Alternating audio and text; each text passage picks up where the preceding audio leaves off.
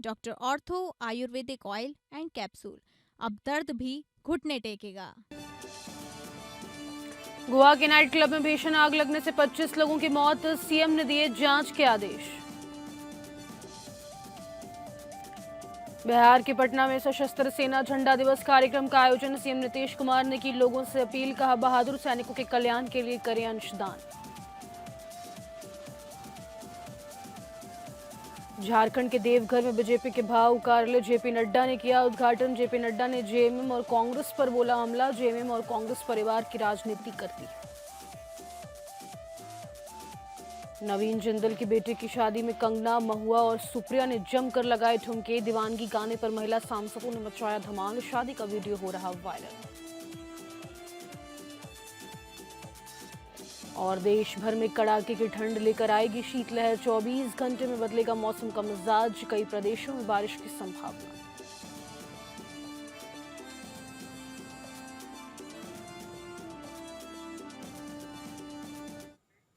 नमस्कार, स्वागत है आपका ईपीएन न्यूज में। आपके साथ मैं हूं सदफ फातिमा। बुलेटिन की शुरुआत करेंगे जहां पर उत्तरी गोवा के एक नाइट क्लब में देर रात सिलेंडर फटने के बाद आग लगने से 25 लोगों की मौत हो गई है।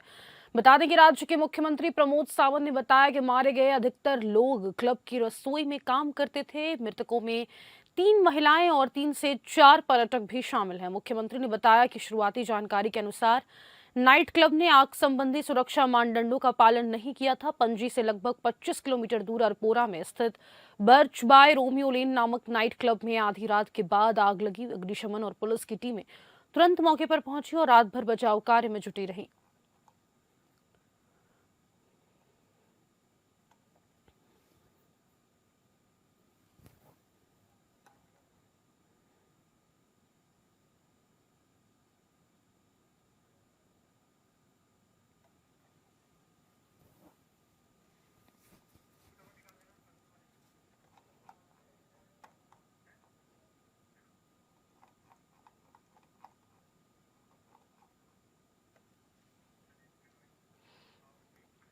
तृणमूल कांग्रेस की सांसद महुआ मोइना, बीजेपी सांसद कंगना रनौत और एनसीपी एसपी सांसद सुप्रिया सुले का एक वीडियो सोशल मीडिया पर खूब वायरल हो रहा है। आपको बता दें, वायरल वीडियो में तीनों महिला सांसद नवीन जिंदल के बेटे की शादी में एक ही स्टेज पर एक साथ फिल्मी अंदाज में डांस करती हुई नजर आ रही हैं। बता दें आपको कि तीनों ने फिल्म ओम शांति ओम के एक लोकप्रिय गाने पर डांस किया है। वीडियो में दीवानी दीवानी गाने पर कंगना रनौत को महुआ मोइना और सुप्रिया सुले के साथ डांस करते दिखाया गया है, जबकि नवीन जिंदल बीच में नजर आते हैं। डांस का वीडियो अब सोशल मीडिया पर खूब वायरल हो रहा है और लोग भी सभी को एक साथ नाचते देखकर हैरान हो रहे हैं।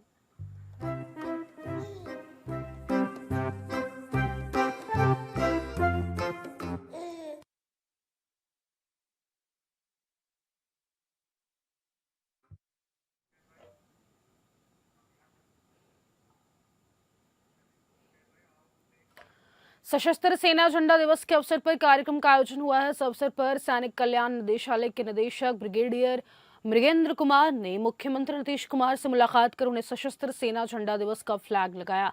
मुख्यमंत्री ने इस अवसर पर Bihar state ex serviceman benevolent fund में अंशदान किया और देश के बहादुर सैनिकों के प्रति श्रद्धा और सम्मान प्रकट किया। उन्होंने कहा कि उनकी कुर्बानियां अमर हैं। वो अपने जान के मूल्य पर राष्ट्र पर आए बांधने और आंतरिक संकटों का मुकाबला बहादुरी के साथ करते हैं। इन बहादुर सैनिकों के कल्याण और पुनर्वास के लिए उन्होंने राज्यवासियों से Bihar state ex serviceman benevolent fund में अंशदान किए जाने की अपील भी की है। उन्होंने कहा कि आपका ये अंशदान बहादुर सैनिकों के प्रति कृतज्ञता होगी। इस अवसर पर जल संसाधन सह संसदीय कार्य मंत्री विजय कुमार चौधरी, गृह विभाग के अपर मुख्य सचिव अरविंद कुमार चौधरी, गृह विभाग के सचिव प्रणव कुमार, मुख्यमंत्री के सचिव डॉक्टर चंद्रशेखर सिंह, सैनिक कल्याण निदेशालय के निदेशक brigadier Mrigendra Kumar, colonel Santosh Kumar Tripathi, colonel Manoj Kumar सहित अन्य अधिकारी उपस्थित थे।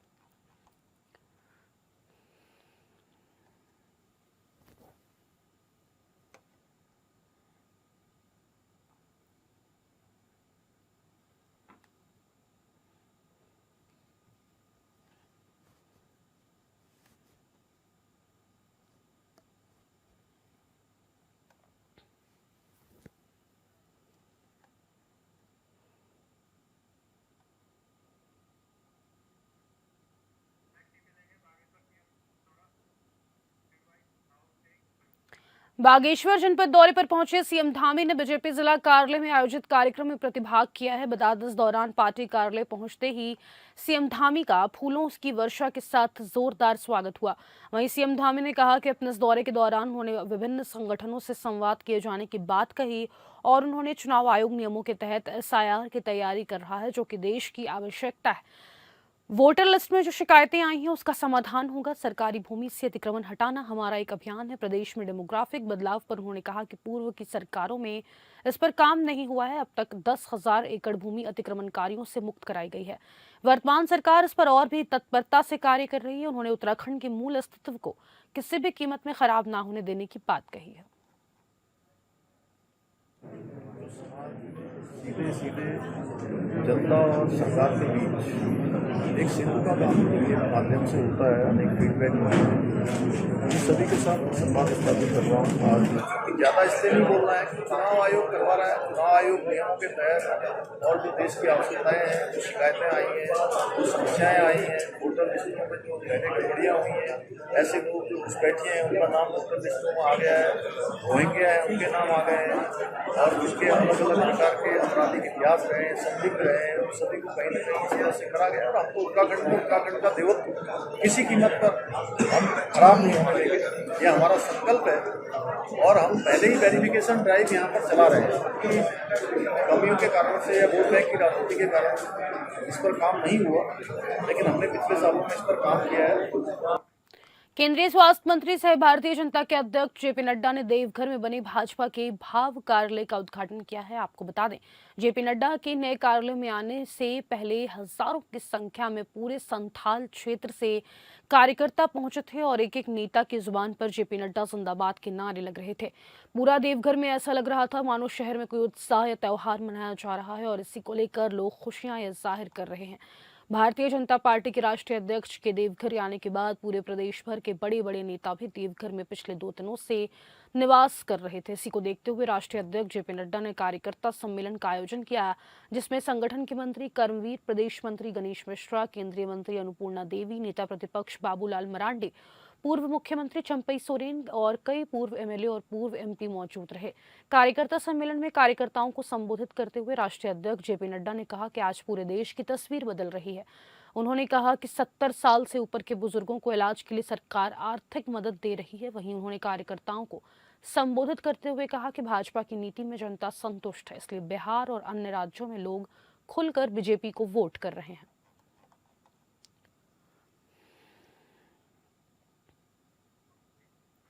कैबिनेट मंत्री जयवीर सिंह मैनपुरी के ट्रांजिट हॉस्टल पहुंचे हैं। यहां उन्होंने जनता दरबार लगाकर लोगों की समस्याएं सुनी हैं। आपको बता दें, बड़ी संख्या में पहुंचे नागरिकों ने अपनी शिकायतें और मांगे मंत्री के सामने रखी हैं। वहीं अधिकारियों को मौके पर ही कई मामलों के समाधान के निर्देश दिए गए।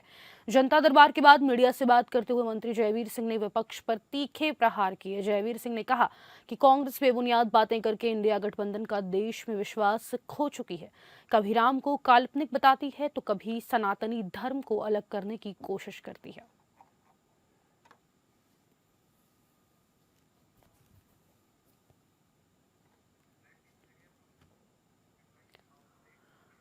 अमरोहा में मुख्यमंत्री सामूहिक विवाह समारोह बेहद धूमधाम और शाही अंदाज में आयोजित हुआ है, जहां 564 बेटियों का विवाह एक ही मंच पे संपन्न कराया गया। रजबपुर क्षेत्र स्थित वेंकटेश्वर यूनिवर्सिटी परिसर में आयोजित इस विशाल समारोह में सभी चारों तहसीलों के जोड़े शामिल हुए। कार्यक्रम में अमरोहा के सांसद चौधरी कंवर सिंह तंवर मुख्य अतिथि रहे, जिनकी मौजूदगी ने पूरे आयोजन में और भी गरिमा जोड़ दी। कार्यक्रम में 200 से अधिक मुस्लिम, एक ईसाई और अन्य हिंदू जोड़ों ने वैवाहिक बंधन में बंधकर नई जिंदगी की शुरुआत की। मंच से सांसद कंवर सिंह तंवर के साथ विधायक राजीव तरारा, डीएम और एसपी ने नवविवाहित जोड़ों पर पुष्प वर्षा कर आशीर्वाद दिया। सरकार की ओर से प्रत्येक जोड़े को 60,000 रुपए की धनराशि सीधे कन्या के बैंक खाते में डीबीटी के माध्यम से भेजी गई। इसके अलावा 25,000 रुपए के उपहार और 15,000 रुपए विवाह आयोजन पर खर्च किए गए और पूरे समारोह में उत्साह, उमंग और सामाजिक समरसता की झलक साफ दिखाई दी, जहां एक ही मंच पर विभिन्न समुदायों के जोड़े नई जिंदगी की शुरुआत करते नजर आए।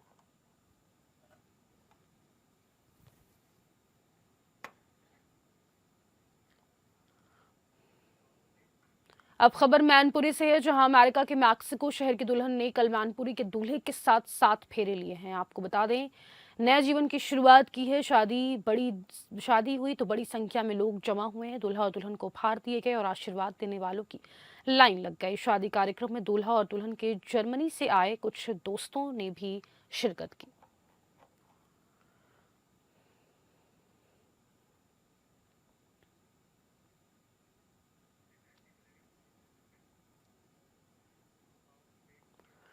बिहार के मोतिहारी के कोटवा प्रखंड के जनकटवा मिडिल स्कूल से 5 दिन पूर्व लापता छात्र का विद्यालय कैंपस के तालाब से शव मिलने से ग्रामीण काफी आक्रोशित हो गए हैं।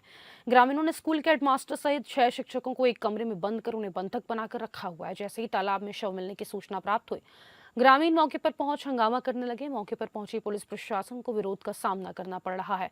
शव मिलने के बाद से ग्रामीणों का आक्रोश स्कूल के शिक्षक और प्रशासन के प्रति हो गया है। वहीं ग्रामीण बच्चे की हत्या कर शव को फेंकने का आरोप लगा रहे हैं। बता दें कि 5 दिन पूर्व छात्र स्कूल से लापता हुआ था, जिसके बाद से अभिभावक ने कोटवा थाना में बच्चे के स्कूल से लापता होने की सूचना दी थी, जिसमें बताया गया था कि मंगलवार को छात्र रवि कुमार पढ़ने के लिए स्कूल गया, लेकिन शाम में लौटकर घर नहीं पहुंचा। शाम तक रवि घर नहीं पहुंचा तो अभिभावक को चिंता हुई, जिसके बाद वे खोजबीन में जुटा तो जानकारी प्राप्त हुई कि बच्चे का बस्ता स्कूल में ही है। इसके बाद से रवि की तलाश जारी थी।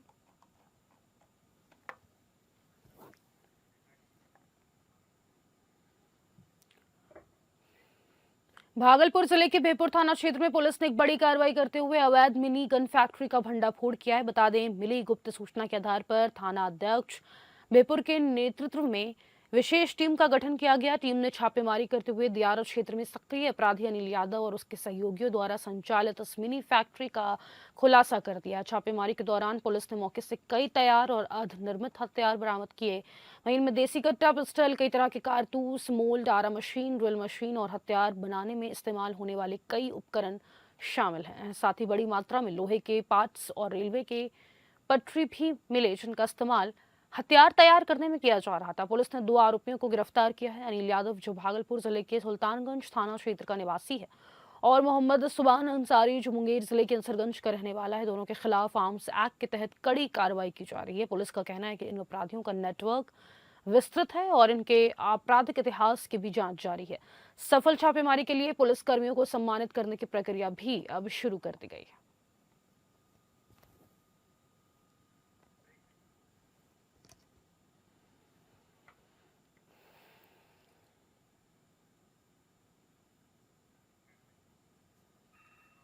जहां पर पश्चिमी विक्षोभ के गुजरने के बाद अब नमी बढ़ गई है। बादलों के छटने के बाद बर्फीली हवा आएगी।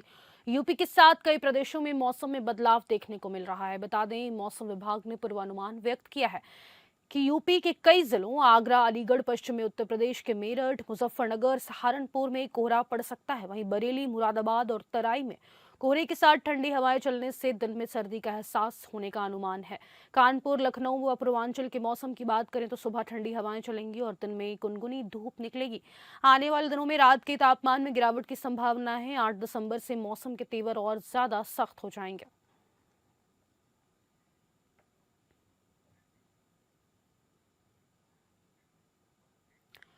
देश भर में इंडिगो एयरलाइंस की सैकड़ों उड़ानों के रद्द होने और देरी से यात्रियों को हो रही भारी परेशानी के बीच केंद्रीय नागरिक उड्डयन मंत्री राममोहन नायडू ने इस मामले पर अब जवाब दिया है। उन्होंने कहा कि 4 डीजीसी अधिकारियों के साथ मिलकर विस्तृत जांच की जाएगी, उसी आधार पर सख्त एक्शन लिया जाएगा। इंडिगो की उड़ानों में जारी व्यवधान पर मंत्री राममोहन नायडू ने कहा कि पिछले 3 दिनों से हम लगातार इस मुद्दे पर काम कर रहे हैं। इंडिगो एयरपोर्ट संचालकों और सभी हितधारकों के साथ चर्चा की गई है। हमारा पूरा फोकस यात्रियों को एयरपोर्ट पर और यात्रा करने वालों को कम से कम असुविधा हो, इस पर रहा है।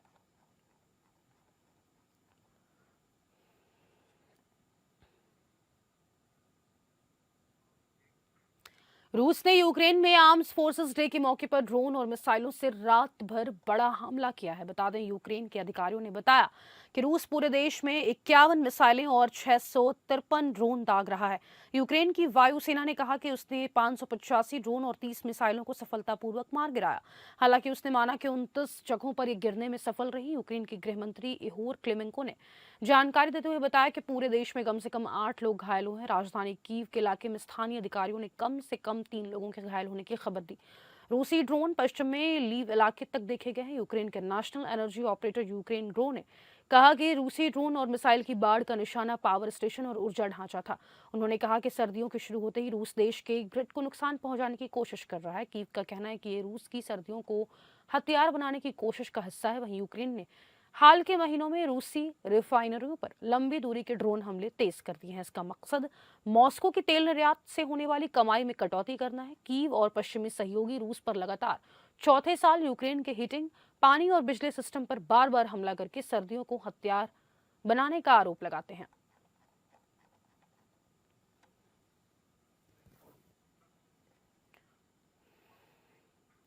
भारत ने साउथ अफ्रीका को तीसरे वनडे में 9 विकेट से हरा दिया है। विशाखापट्टनम में टीम इंडिया ने टॉस जीतकर बॉलिंग चुनी है। साउथ अफ्रीका 270 रन ही बना सका। भारत ने 40वें ओवर में महज 1 विकेट खोकर टारगेट हासिल कर लिया। विराट कोहली ने लुंगी एनगिडी की बॉल पर लगातार 2 चौके मारकर टीम इंडिया को जीत दिला दी है। Doctor YS Rajasekhar Reddy stadium में मेहमान टीम के लिए क्विंटन डी कॉक ने शतक लगाया। कप्तान टिम्बा बावुमा ने 48, डेवाल ब्रेविस ने 29 और मैथ्यू ब्रिड्सकी ने 24 रन बनाकर टीम को 270 तक पहुंचाया है। भारत से कुलदीप यादव और प्रसिद्ध कृष्णा ने 4-4 विकेट लिए। 271 रन के टारगेट के सामने यशस्वी जायसवाल और रोहित शर्मा ने भारत को मजबूत शुरुआत दिलाई है। दोनों ने 155 रन की पार्टनरशिप की है। रोहित 75 रन बनाकर आउट हुए। ये सीरीज में उनकी दूसरी 50 रही। यशस्वी ने फिर 111 गेंद पर अपने वनडे करियर का पहला शतक लगाया और उनके सामने विराट कोहली ने महज 40 गेंद पर 50 लगा दी। दोनों ने 40वें ओवर में टीम को जीत दिला दी।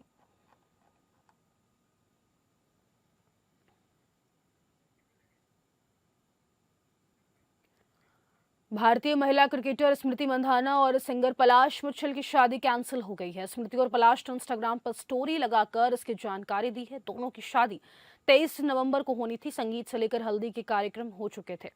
बारात की तैयारियां चल रही थी। ऐसे में 23 नवंबर की सुबह स्मृति के पिता को हार्ट अटैक आने के बाद शादी पोस्टपोन कर दी गई थी।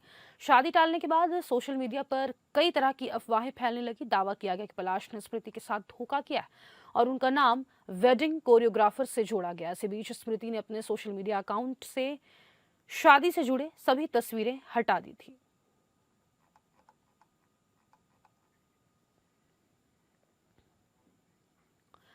आदित्य धर की डायरेक्टेड मल्टी स्टारर फिल्म धुरंधर तो वाकई धुरंधर ही निकली है। इसने पहले दिन तो छक्के मारे ही थे, दूसरे दिन भी छप्पड़ फाड़ कमाई कर डाली। रणवीर सिंह, संजय दत्त, अक्षय खन्ना, अर्जुन रामपाल, आर माधवन जैसे दिग्गजों ने सजी इस फिल्म ने ओपनिंग डे पर साल की सबसे ज्यादा कमाई करने वाली फिल्म तो बनी, साथ ही दूसरे दिन भी अपनी दहाड़ से सबके पसीने छुड़ा दिए। धुरंधर का हाइप इस कदर था कि एडवांस बुकिंग में ही इसने 9.23 करोड़ का कलेक्शन कर लिया था। 280 करोड़ के बजट में बनी इस मूवी को 5000 स्क्रीन पर उतारा गया था, जहां इसने आते ही कमाई के मामले में पहले ही दिन अहान पांडे और अनीत पड्डा की सैयारा को भी पीछे छोड़ दिया था। और इसकी आंधी में धनुष और कृति सनन की तेरे इश्क में को भी काफी नुकसान हो सकता है।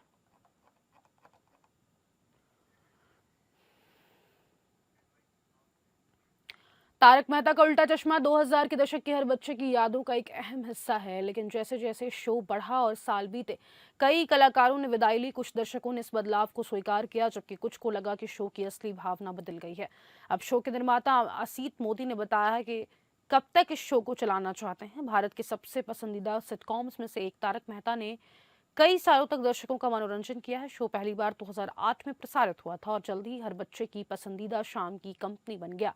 नए एपिसोड्स का इंतजार करने से लेकर रविवार को दोबारा देखने तक एक पूरी पीढ़ी टप्पू सेना के साथ बड़ी हुई। सेना के साथ पर पिछले कुछ सालों में सीरीज के कई कलाकार शो छोड़ चुके हैं, लेकिन इसकी लोकप्रियता में कोई कमी नहीं आई है। शो के चलने को लेकर सवाल उठे हैं। शो के निर्माता असीत मोदी ने बताया कि ये सीरीज कब तक चलेगी। एक इवेंट के दौरान असीत मोदी ने कहा कि शो अभी भी चल रहा है और हम इसे तब तक जारी रखेंगे जब तक संभव होगा।